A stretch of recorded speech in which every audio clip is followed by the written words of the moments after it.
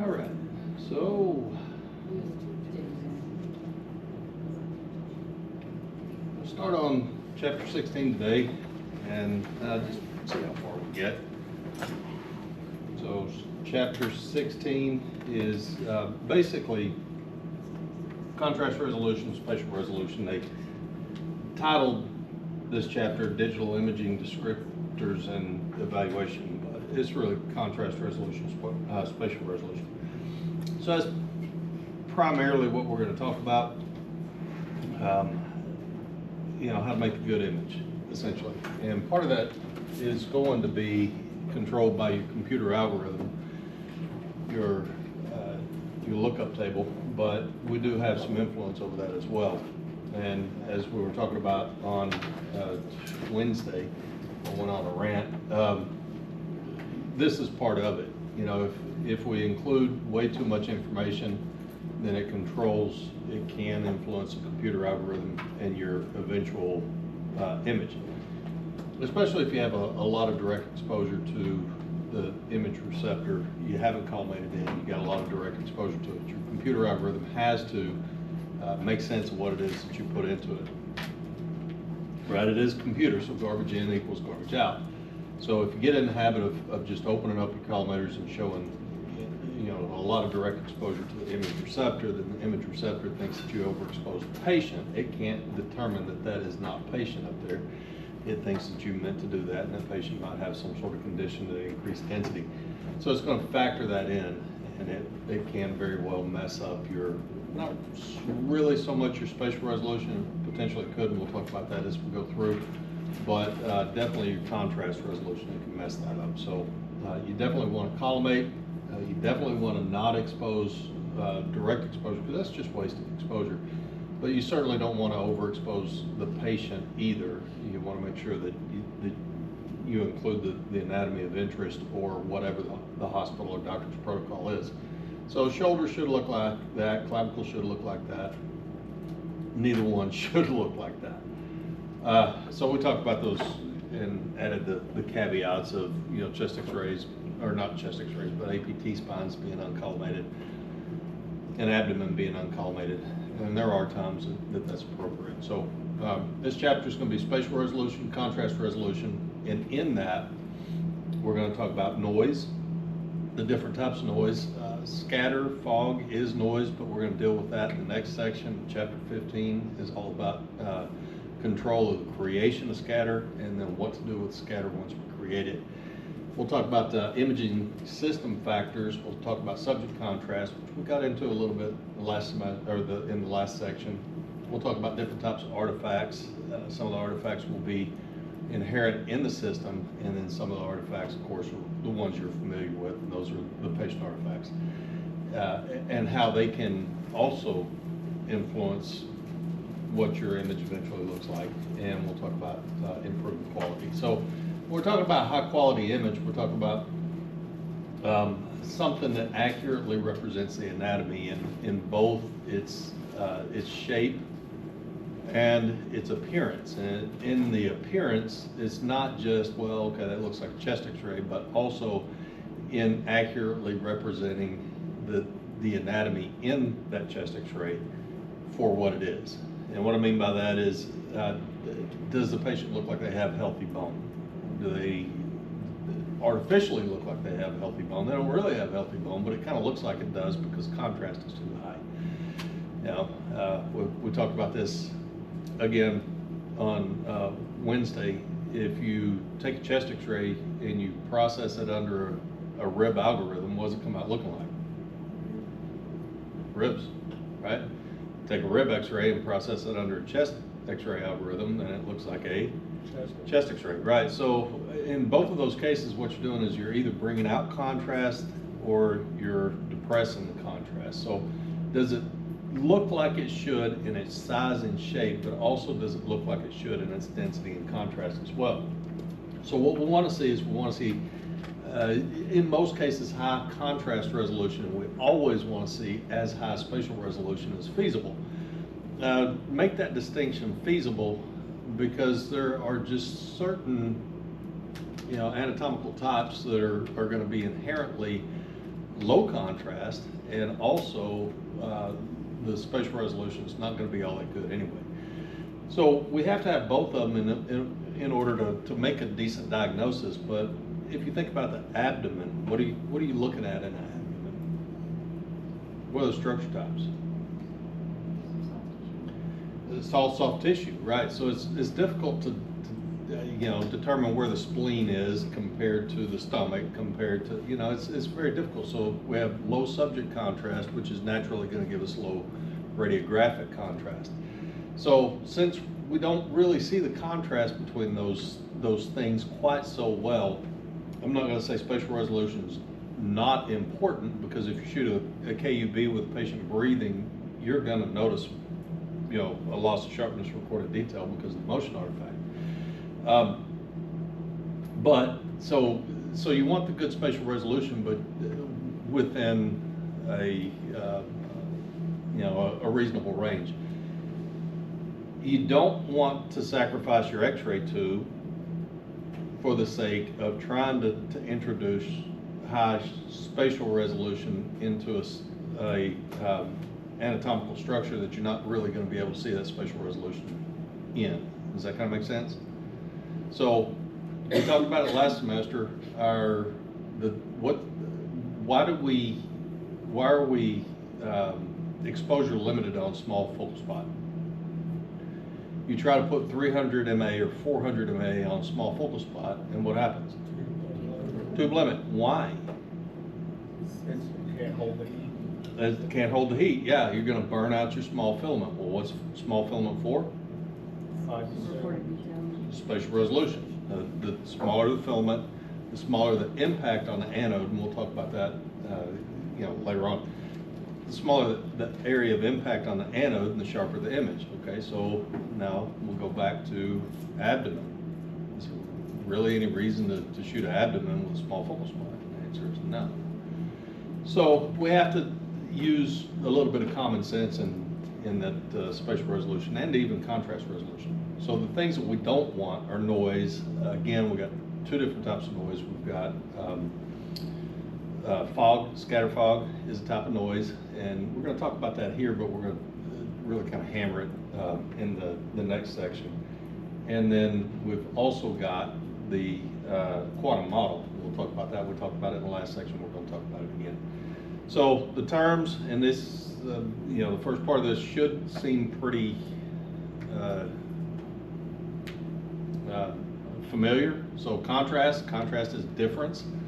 So when we have subject contrast, that's difference in tissue type. So when we're looking at soft tissue, the reason we can see kidneys versus any of the other structures around them is because of the difference in the water content in those tissue types. So effectively the density or the compactness of that tissue is why we can see them. So subject difference, where we have high subject difference, we've got bone versus soft tissue, bone versus air. That's high contrast, that's high patient density or tissue density.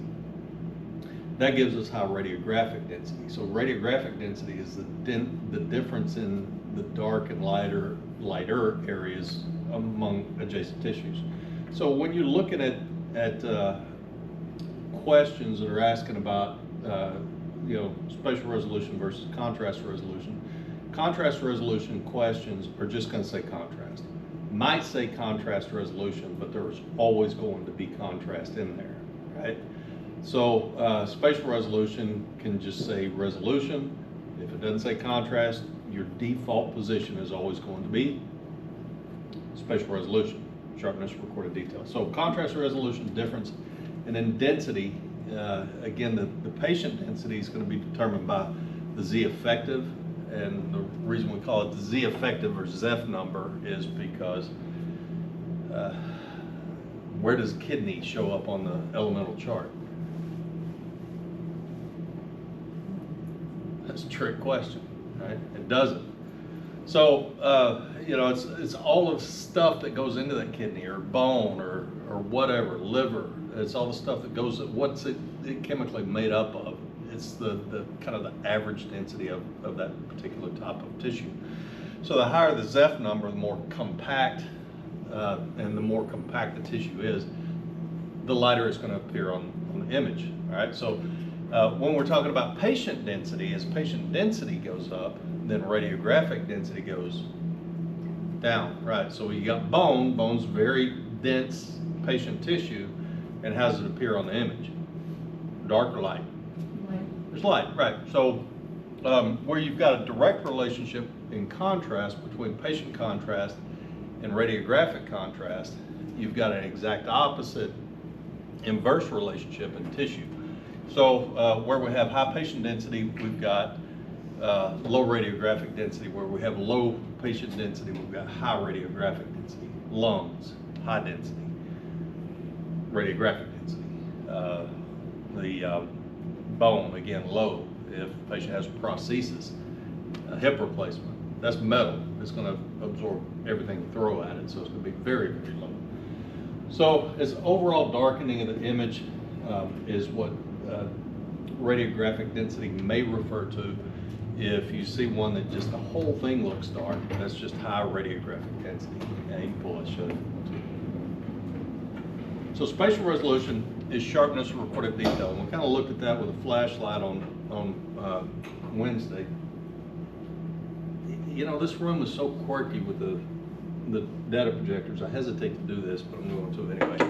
So where you have spatial resolution, you got a number of different things that can control your spatial resolution. We talked about one of those just a minute ago, and that is the filament size, right? So the filament size affects the area of impact on the target, and that directly affects the size of your focal spot. So, and we've walked through this little experiment before. You know, you put your hand over your desk, just hover your hand over your desk, and what does your shadow look like? There's not much there. Even if you get it close to the desk, there's just not much there, right? That's because the light's coming from all different directions. So the focal spot in this room is 3 sets of lights that go here, here, and there, and all the way across the room. So light's coming from all different directions. It's like a massive focal spot, a massive source, and you just don't cast a very sharp shadow, as opposed to if it's coming from a small area. I keep bringing a flashlight from home. If it's coming from a small area, then the shadow appears, you know, very sharp, right? Even if I increase some, it's still pretty sharp, right? So that's one thing, is focal spot size, or the area of emission from the X-ray tube controls your spatial resolution, but also what is directly under your control, regardless of what focal spot size you use, is OID and SID. So general rules for OID, how much OID do you want? None. Can you get that? No, you can't. Even if you're shooting hands, you know, you've got a little bit of OID because of, you know, the thickness of the soft tissue, but you can get as low as possible. So you want in most cases, you want as low as possible OID as possible, and then you want a reasonable SID. And again, I say reasonable because, you know, I mean, you can't have 100-foot SID, right? So our set SIDs generally are 40 and 72. I've experimented with 10 feet for like lateral C-spine because you have a natural increase in OID. So if we're shooting cross-table lateral C-spines, I experimented with 10 feet, and I couldn't really see any benefit after shooting probably dozens of them. I couldn't see any real benefit in backing up at 10 feet. So 72 inches was really pretty adequate. Increasing 10 feet doesn't do anything but, you know, wear your tube out. So don't do that. So spatial resolution, the ability to image detail between structures of high subject contrast. So you have to have the subject contrast. If you don't have subject contrast, if you don't have even radiographic contrast, you can't see the separation between those two tissues, and things kind of blur together. It's kind of like, you know how you cross your eyes? You know, you can lose, I mean, everybody in here, there's a distinct person there, right? All across the room. But if I start to cross my eyes, what happens to the appearance of each individual person? First it gets fuzzy and then it blends together and then you can't really tell anything, right? So kind of the same thing here. You have to have the contrast resolution, plus you have to have spatial resolution as well. So contrast resolution is the ability to differentiate between structures of similar anatomical density. It's not just enough to be able to see the difference between bone and soft tissue, but in some cases you need to be able to see the difference between soft tissue types as well. So then spatial resolution is the ability to see the lines, and contrast resolution, spatial resolution is whether or not the lines are there, right? So if you make an exposure and you create a lot of scatter radiation, you can cover up those lines. And it's harder to do that now with digital processing, but it can be done theoretically anyway. More so with a patient that creates a lot of scatter radiation. So if you have a patient, a really, really thick hypersthenic patient, you'll notice that your contrast resolution is going to decrease significantly. So with that patient, are the structures still there? Yeah, the patient's still got kidneys, still got a liver, still got all the internal organs as everybody else. It's just that there's so much scatter radiation at the image receptor you can't see it. Okay, so you have to have both of them. You have to have contrast resolution in order to see the spatial resolution. Spatial resolution is are the lines there? Are they present? And did the image receptor record those lines? Did you use small focal spot when it was appropriate? I mean, contrast resolution is, can you see those lines? So the difference between them. And I think I did this a couple of weeks ago where I wrote on the board. Yeah. So anyway, contrast resolution versus spatial resolution. You gotta have them both. So noise, again, there's two different types of noise. One is quantum model, and that's mainly what we're gonna focus on here today on this test question. But also scatter. Scatter is a type of fog, or is fog, this type of noise as well. But it's just the random fluctuation in optical density on the image. All right, so that kind of sounds a little bit like, fluctuation sounds like what? Difference, right? Sounds like difference. So don't confuse that with contrast. With contrast, what you've got is, because of the structure type, you've got difference in absorption that gives you difference in appearance, as opposed to what we're talking about in noise is random fluctuations that kind of interfere with the sharpness, recorded detail, and the contrast. And again, what we're going to look at is quantum model as our type in this section. So fog we'll deal with in chapter 15. Quantum model is what we're talking about now. Electronic interference is a possibility as well, especially now with computer processing. Things can get kind of wonky. Ever been back to MRI? This is a great place to see electronic interference. So the magnetic field strength in MRI is just insane. It's unsafe to walk in there if you have anything that's magnetic on you. So you got to make sure you have everything off. Watches, I don't think anybody in here probably has a pacemaker, or a defibrillator, but if you're wearing one of those, you don't want to walk into the magnet. Any kind of ring that might have some sort of metal in it, necklace, bracelet, anything like it. Credit cards, it'll clear out your credit cards. Not your, how much you owe on a credit card, it just make them not work anymore, okay? So really, that would be nice though, wouldn't it? That really, really, really strong magnet. And in a lot of the workstations that I've seen, you got the monitor right there next to the window. And if you look at the monitor, even though it's just a grayscale monitor, black and white monitor, what you'll see in a lot of cases is some discoloration, some color added to this black and white monitor. And if you take that monitor and you turn it in relationship to the magnetic field, and the room should be shielded, there should be no magnetic field outside of that theoretically. but it's strong enough, and in a lot of cases, some will, you know, it may not be painted on. So that's just electronic noise is what that is. You're familiar with electronic noise if you're watching TV and you start to lose reception, especially if you're on satellite or if you know, use an antenna or whatever. What happens to your reception? Everybody's on cable? Yep. Okay. I'm the lucky one. We all have cable where I live. We're, you know, kind of out in the middle of nowhere.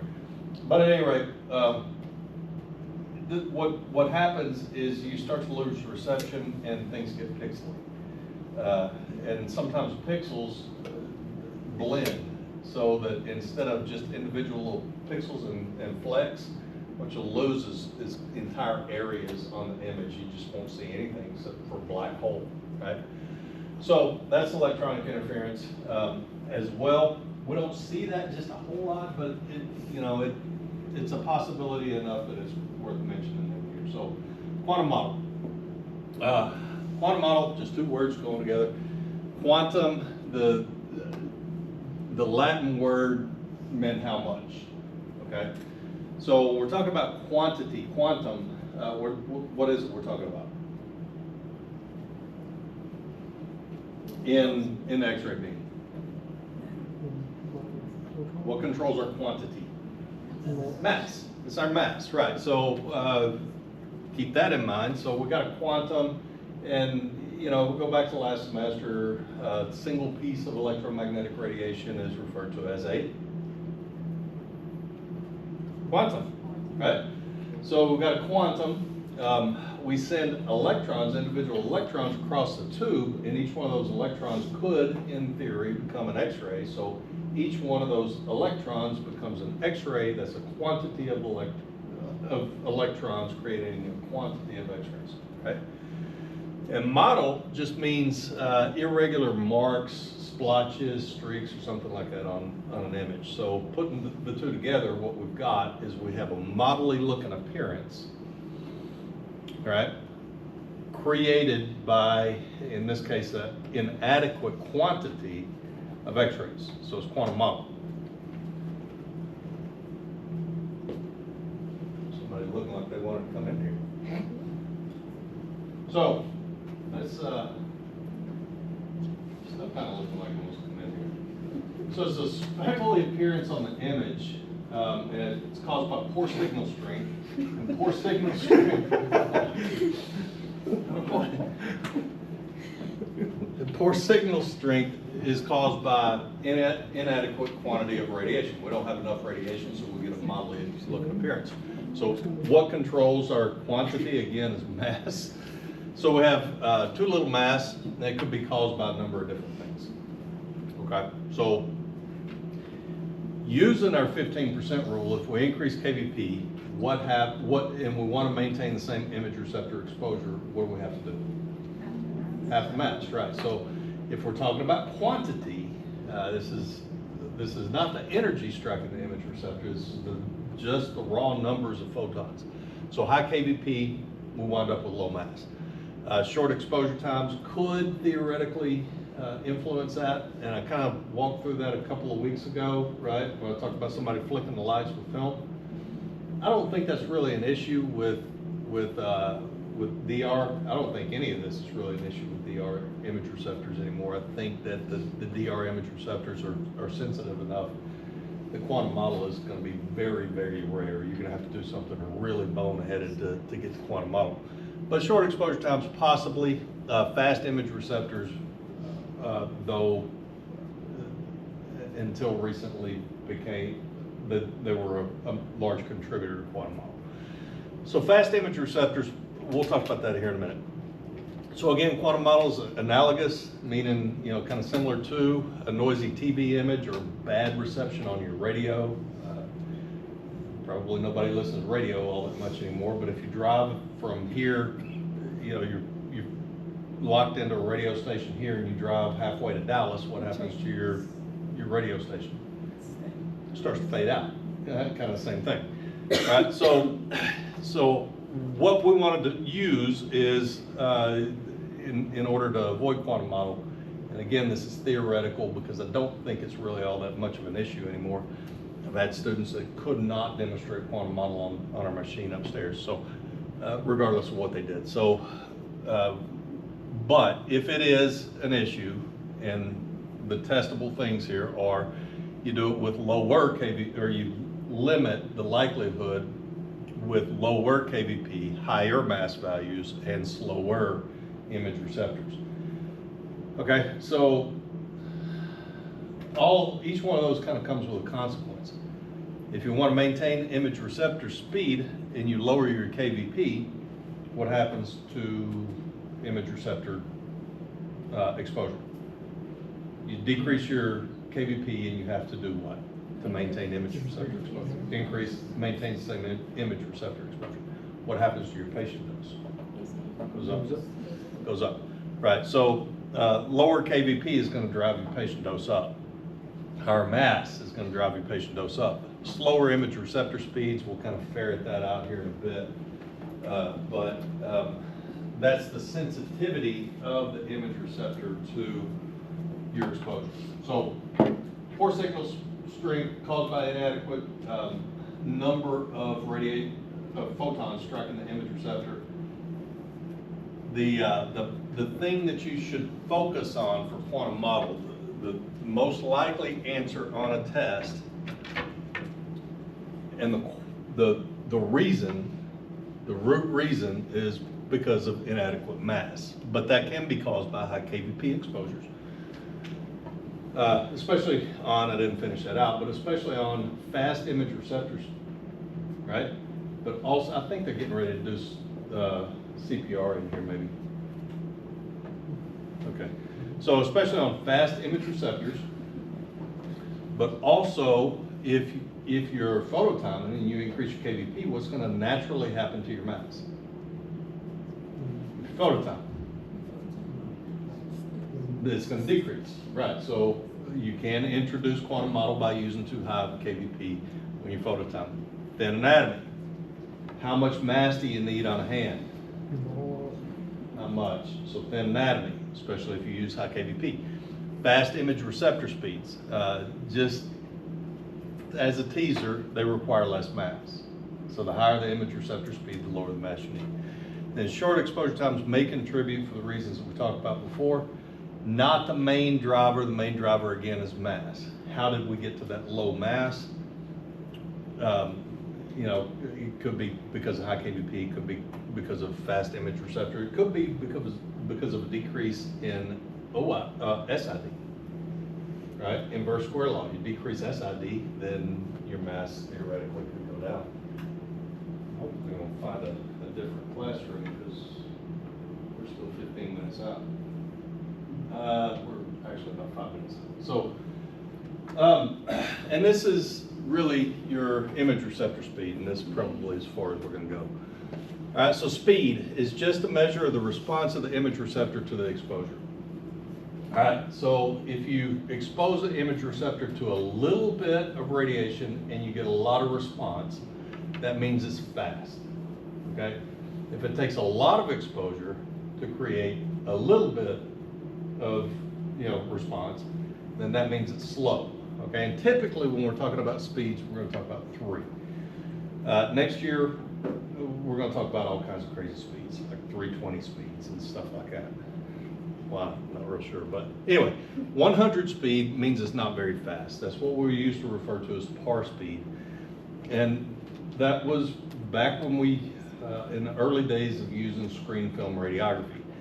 So 100 speed, just theoretically, would be roughly 100 times faster than making an exposure directly on film that didn't have a screen. Okay, so still better than shooting direct exposure on film, right? But it's still not as efficient as what it could be. So 200 speed is twice. Well, let's start down here. Okay, so yeah. That should say 400 speed is twice as fast. 200 speed is twice as fast as 100 speed. So if we originally shot the perfect X-ray on a 100 speed image, receptor, and then we changed to 200 speed image receptor, what that would mean is that we would need half the exposure, so half the mass. Okay? So it's just a numbers game. 100 speed is half as fast as 200 speed, 200 speed is half as fast as 400 speed. All right, so if you go from 100 to 200, you need half the mass. If you go from 200 to 100, you need twice the mass. So when we get to 400 speed, the image receptors, the response of the image receptor is so fast that it requires less radiation and could therefore introduce quantum Mach. Okay, does that kind of make sense? So where we are right now is we're using digital image receptors, and they're 400 speed. Okay, so before we were using digital image receptors, we used computed radiography, right? So what we did was we made an exposure on this photostimulable phosphor plate, and it was 200 speed. Now before that, we were using film, and it was also 400 speed. So we developed this technology that required less mass through screens of films, 100 speed, 200 speed, eventually 400 speed. And there's some explanation of all that in here. And we'll get to that when we get back from spring break. But with each one of those, we cut the mass back and, you know, introduce the possibility of quantum Mach. Whenever we went to computed radiography, the image receptors there were slower than in screens of films. Okay? So with screens of films at 400 speed and the CR systems at 200 speed, then what did we have to do with our mass? We had to double. We had to increase it by a factor 2. Right? So how good is that for the patient? A big selling point for CR was this is going to cut back on the likelihood that you're going to have to do repeats. So it has the potential for lowering the patient dose. Okay, but in actuality, what did it do? It doubled it. For every exposure, it doubled the dose. So, you know, if your repeat rate was 10%, it's that individual patient's dose is still going to go up, right? But what kind of techniques are better for patient dose? High KVP, low mass, right? So if we left the mass the same and increased KVP instead by 15%, then what happens to image receptor exposure when we go from 400 to 200 speed? Stays the same, exactly. Very good, it stays the same. So it remains identical, but what happens to patient dose? If you only increase KVP, what happens to patient dose? It goes up, but does it double? And the answer is no. So instead of doubling the mass, we controlled some of that increase in exposure by increasing KVP. In screens and films, KVP is what we use to control contrast. So if we just increased our KVP before we went to CR, then what we would see was loss of contrast. But with CR, it applies a computer algorithm. The lookup table determines your contrast, so we didn't lose any contrast. We went from screens and films to CR. We didn't lose any contrast. Actually, we got better contrast. Okay? And then we changed from CR at 200 speed to DR at 400 speed. We already increased our KVP. KVP didn't control contrast anymore. We increased our KVP, but we're twice as fast now. So what are we going to do with our technique? Decrease KVP again? Or half the mass? Half the mass.